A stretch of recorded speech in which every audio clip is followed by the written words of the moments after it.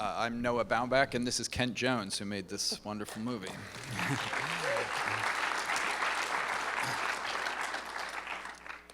I thought, I mean, I'm sort of, I actually don't know this, but I was sort of curious to hear how you kind of came to these two filmmakers yourself, just through your own life, and also, you know, and then subsequently the book, you know, and sort of how, and maybe you could talk also just sort of you getting interested in movies in your life and sort of how these guys factor into that. I got interested in movies through movie stars. And so my generation, I'm talking about, you know, my father was in World War II. And I think that a lot of people of my generation, and this is a big part of what film culture is, I think, were attracted to cinema of an earlier era because it put them in touch with, first of all, it was on TV all the time. You would watch it with your parents.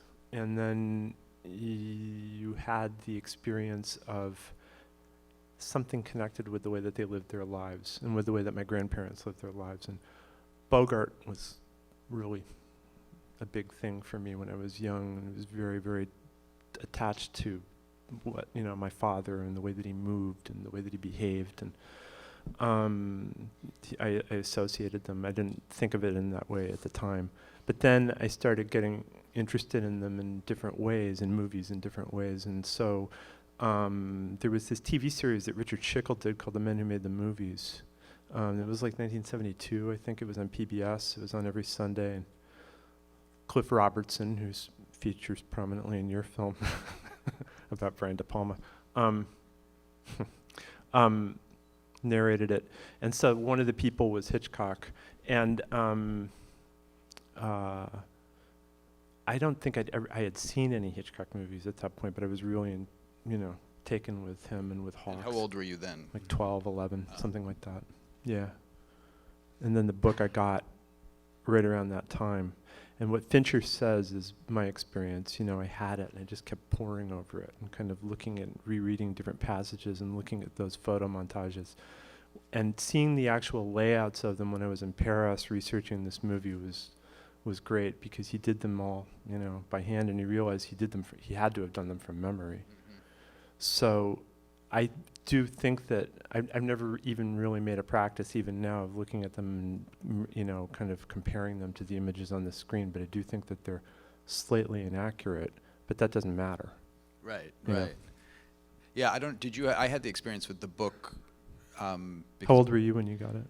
Well, I guess I must have been around the same time looking at it, for the, I'd seen Hitchcock movies on television, but my parents had it, but it was the same thing of, like, I actually experienced some of the movies through the interviews before I saw the movies. I don't know if you had that. Yeah, what you said. Yeah.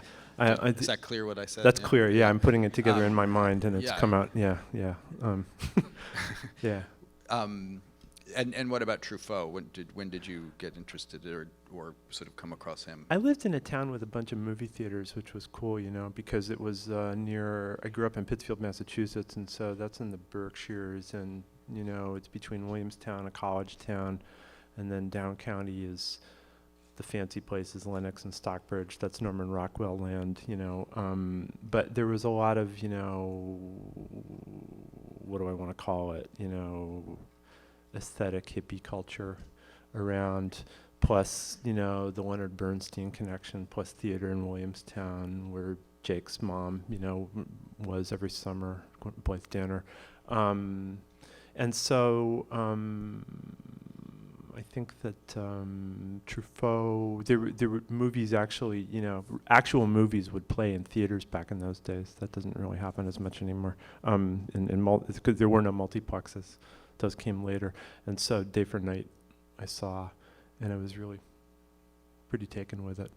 I don't remember what else, what order. But there was a thing at that time, when you were young too, there was the whole like Truffaut, Godard, Lennon, McCartney thing. Mm-hmm. Yeah. I think that still happens sometimes, doesn't it? But probably less so now, I guess, that Yeah, and Antonioni Fellini, right? That was another. Antonioni Fellini. Yeah, Yeah. that's right. There's like the smart choice, the right answer, and then the popular answer. That's right. Yeah, Yeah. that's right. And as I've gotten older, I've basically just come around to the popular answer. The popular Yeah. answer, yeah, which is the right answer after all, right? I guess Yeah. so.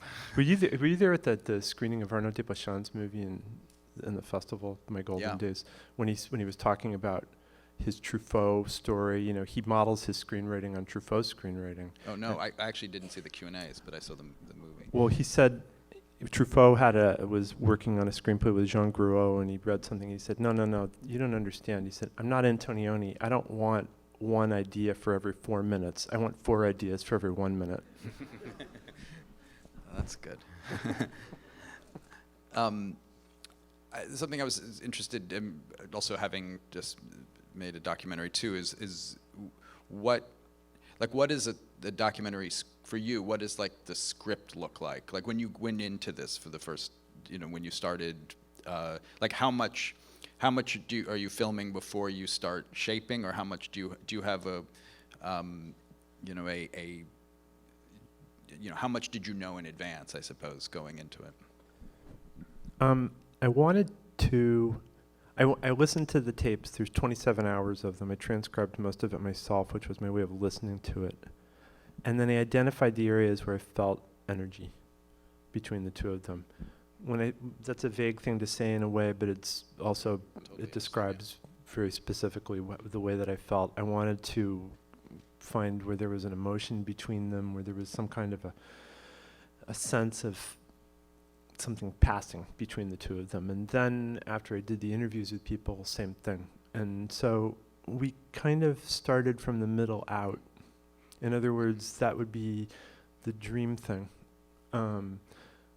Was really the nucleus of the film, and then from there, obviously, what films, what's the direction of things? Well, it seems like the right thing to do to focus on Vertigo, and then for different reasons, not just because Vertigo is great, but because it stands for a lot of different things and cross currents, and then dreams flow into Vertigo, and then that kind of thing. I wanted to make a movie, right? And in terms of your interviews with the contemporary directors, how much did they shape sort of your thinking about the, either about the directors or about the book, or did you? I was also curious if you asked them all the same questions. I had areas that I focused on, and I asked them a lot of the same things. They're all people that I knew. So I wanted to, there were different things that I knew that they were going to focus on. I know that, Olivier is not the kind of guy who talks about a scene in detail. Arnaud is, and Marty is. Marty tends to go in many different directions, and it's always very surprising. He always says, I don't have much time, and then he went, 2 hours later, you're wondering if there's still enough room left on the card. Fincher's kind of the same. I mean, he was just like, eventually Sion, his wife, came in and said, like, gotta go, but I was, I think that, again, it's like I listened to what people were saying, and then I thought about how it interacted with what, what was going on between the two of them, Hitchcock and Truffaut, and the images, and went from there. Yeah, I was thinking, and I've actually had this conversation with other filmmakers that, and it's also with the De Palma movie that I made. I've been asked questions to this degree of, but I actually find that, I don't know if you found this, but the filmmakers often are kind of more interested in talking about filmmakers that are more unlike them. Yes, they're interested in talking about anybody but themselves. Right. A lot of the time. And also like maybe the more specific, like the more obvious influences. It's just a lot of these the contemporary directors are not Hitchcockian. Wouldn't be the first thing necessarily you would say about them. I mean, maybe you would about certain areas of Fincher, but clearly they're all very passionate about those movies. Yeah, you know, I mean, I don't think, I mean, you know, there's only so much you can say about your own movie, right? Right. I mean, in other words, you have to sort of like at a certain point, you're just sort of like, you know, I made the movie, I'm not going to talk it. Well, you know. basically make something up that you say. Yeah, and right. then repeat it. Like we're doing now, right? Yeah. Energy. Yeah. I mean, the real answer My is approach to the story. Yeah, I right, just right. needed to get this out of me. Yeah. I mean, you know, if you were to ask Hitchcock, like, tell us what, you know, the ending of Vertigo when the nun comes out and then James Stewart goes out, you know, talk about that. What the fuck would he say? Honestly, Right. you know, but it's interesting. But when people are talking about someone else's work, it gives them a way of focusing, and then when they're talking about filmmaking in relation to it, it adds another layer, you know, as you know from, you know, I mean, in the case of Brian, in your film, and you and I have talked about the two films a lot. They're complementary in a really interesting way. I mean, you know, he's talking about filmmaking, but he is able to do it, you know, with his own movies. But even he, you know, when he's saying, well, you know, I mean, when I shot the drill scene in Body Double, it's just like, I don't know, it just made sense to me, you know, the way that you guys include that. The drill had to go through the floor. The drill had to go through the floor, you know, I mean, that's all there is, you know, of course he was going to drill the woman through the stomach, you know. He's not going to sit there and perform a psychoanalytic, you know, exercise on himself. Which is also what makes the book so kind of interesting, is that it is, because Truffaut is a critic but also a filmmaker, it really, that he finds a way to talk to Hitchcock that actually engages him and makes it about filmmaking and doesn't get into sort of, you know, the stuff that, you know, he's not going to want to talk about. Yeah. It's great when Hitchcock says, do you find it too much trouble to direct your actors? Right. You know, and Truffaut's like, well, you know, I have an intermediary for me. I like to take them out to dinner and talk to them and then incorporate some of their words into the dialogue. And Hitchcock's like, oh, you mean you have to write at night? Yeah, I know. Well, I found actually very moving in the movie is that is related to that is him talking about his concern, which you see again later in the letter, of that he's been too trapped in, you know, in you know, on his path and the way he makes movies. Yeah. There's something, I mean, so confident, obviously, and so, I mean, it just seems like fully formed what is Hitchcockian, what is, you know, what Hitchcock does in his movies, that just to hear him kind of wonder if he should have tried it another way, you know, is it's very touching. It's very touching and very interesting. I mean, because you see Hitchcock's influence in Truffaut in kind of very sort of straightforward ways. I'm sure there's a lot of nuanced ways as well, but I mean, even just, you know, Bride Wore Black or things where he's really kind of like taking it on. But Hitchcock doesn't have that move in his movies, you know. Yeah, I mean, it's touching that he was worried about that. I think it had to do with him thinking, well, you know, would I have been taken more seriously as an artist? Would John McCartan at the New Yorker have treated me with more respect? Would Bosley Crowther have been, you know, that kind of thing? And I because as Rick says in the movie, of course, he must have been entirely confident in all of his choices within his own framework, but his own framework is finally vast, you know. I mean, that's the thing. It's not a teeny tiny circumscribed world. He's not like Antonioni, not to rag on Antonioni again, but I mean, you know, he's not narrowing things down to a point in terms of what existence is about. And so his films to me just feel absolutely inexhaustible. I mean, you know, I've just literally never seen a bad one.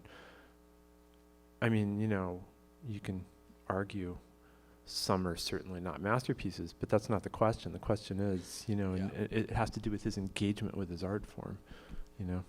It's interesting because you also focus on Vertigo and Psycho sort of the most in terms of the movies.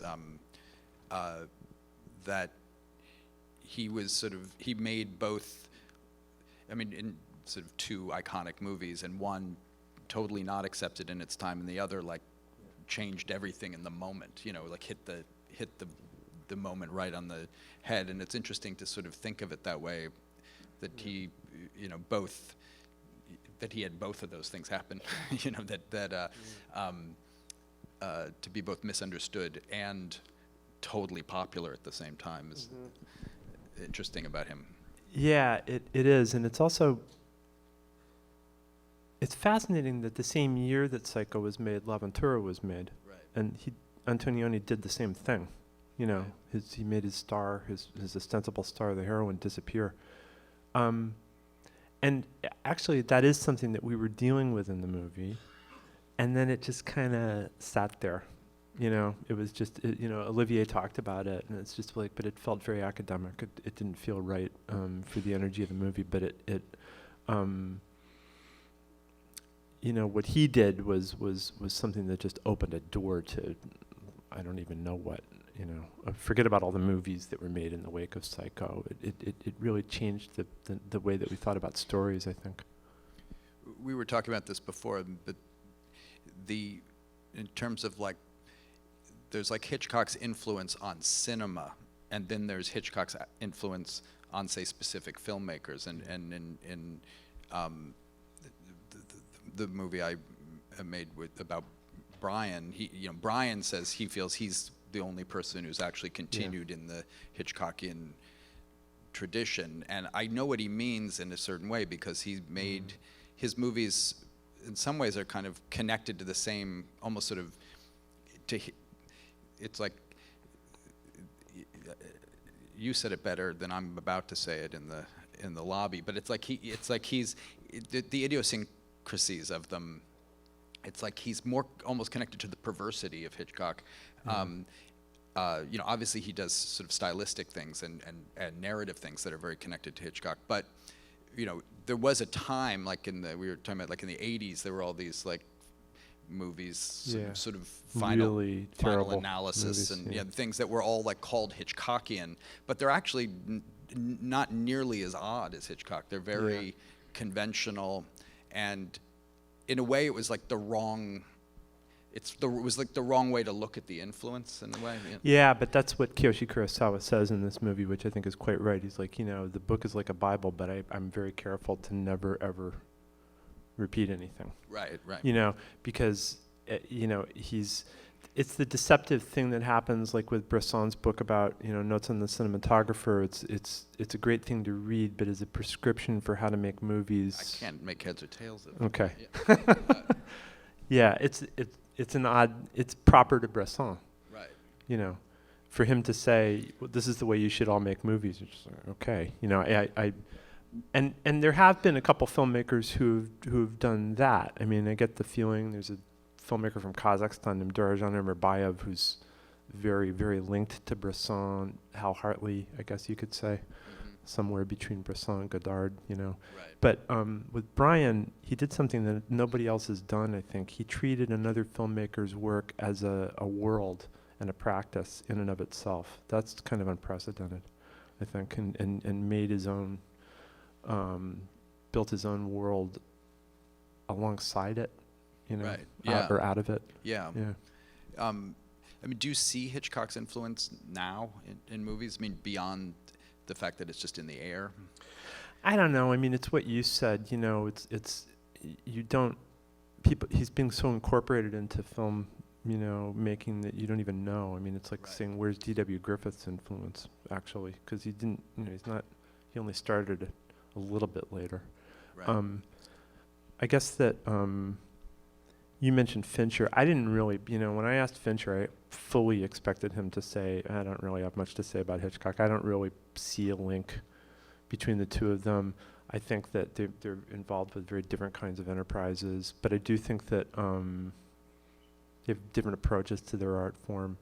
But I think that when I said, have you ever read that book? And so he said, just a couple hundred times, And I mean, and so I thought that was interesting. I mean, in the sense that and I guess I would say whatever one can say about Gone Girl, when he's talking about Vertigo and he's saying, well, I think that the more honest story is her point of view.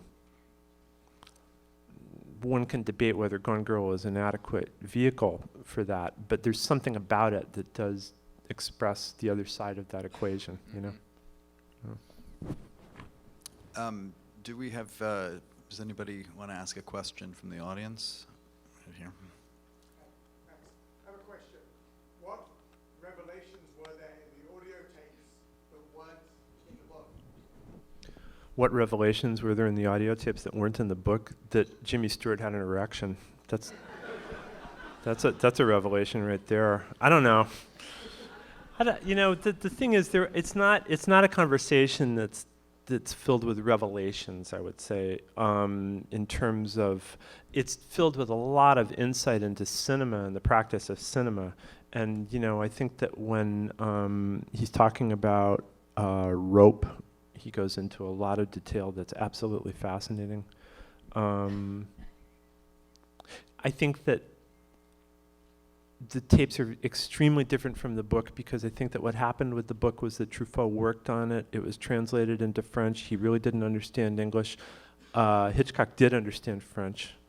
Truffaut did not understand English. And then I think that the book in English was retranslated back into English. And so Hitchcock was privately disappointed with that side of it.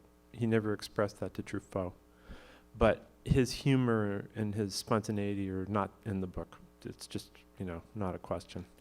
But I do think that also you get the feeling when you're listening to it that he didn't like to argue. Truffaut would bring up something that's a little bit, you would say, you know, there's a big thing about The Wrong Man, as you know in the book, you know, when Truffaut's laying on this whole anti-documentary thing, and, oh, well, you know, it's not your kind of material and it would have been a better film if someone else had directed it, et cetera, et cetera. And he also lays on his anti-British number, you know, the way that Godard does in Histoire du Cinéma too, you know. Hitchcock's way of responding is interesting because he actually just doesn't want to argue. He just kind of goes very quiet. In the book, you have the impression that he's just kind of agreeing with him, which isn't quite true. Yeah. So, you know, other than that, the other revelations are like lunch. There's a lot of eating in the book and the tapes. Yeah. Anybody over here?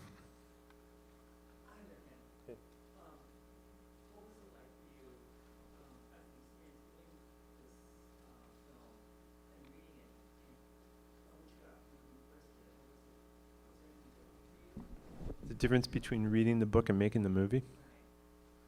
I was 12 when I read the book. I've gotten taller. I've had 2 children. I don't know. I mean, you know, the book is, like I say, it's a different experience. The book is one of the great texts. You know, I mean, it's just formative for anybody who's interested in movies. But the emotional weave between them, and also, you know, I mean, it's like after having spent a lot of my life looking at Hitchcock's films and living with them and watching them with, you know, my friends and, you know, my family, and re-experiencing them, and, you know, it's different in that sense. I mean, like I say, you know, I think his films are inexhaustible. Yeah. I think we have to. I think so. We got a That's it. Laura Saka thing, like that. No more? One more? We can do one more. Okay, over here.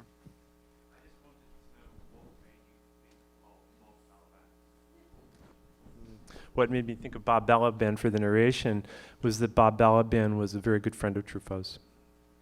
They got to be very, very close when they were making Close Encounters of the Third Kind, and I think that Bob actually acted as Truffaut's. He actually did what his character is doing in the movie. He acted as Truffaut's translator, and so and also because I wanted to stay within the realm of filmmakers. You know, Bob's made some pretty good movies himself. You know, Parents is good. my boyfriend's back. You know, he was great. Great. Well, thanks a lot, Kent. And it was Thanks for doing it, man.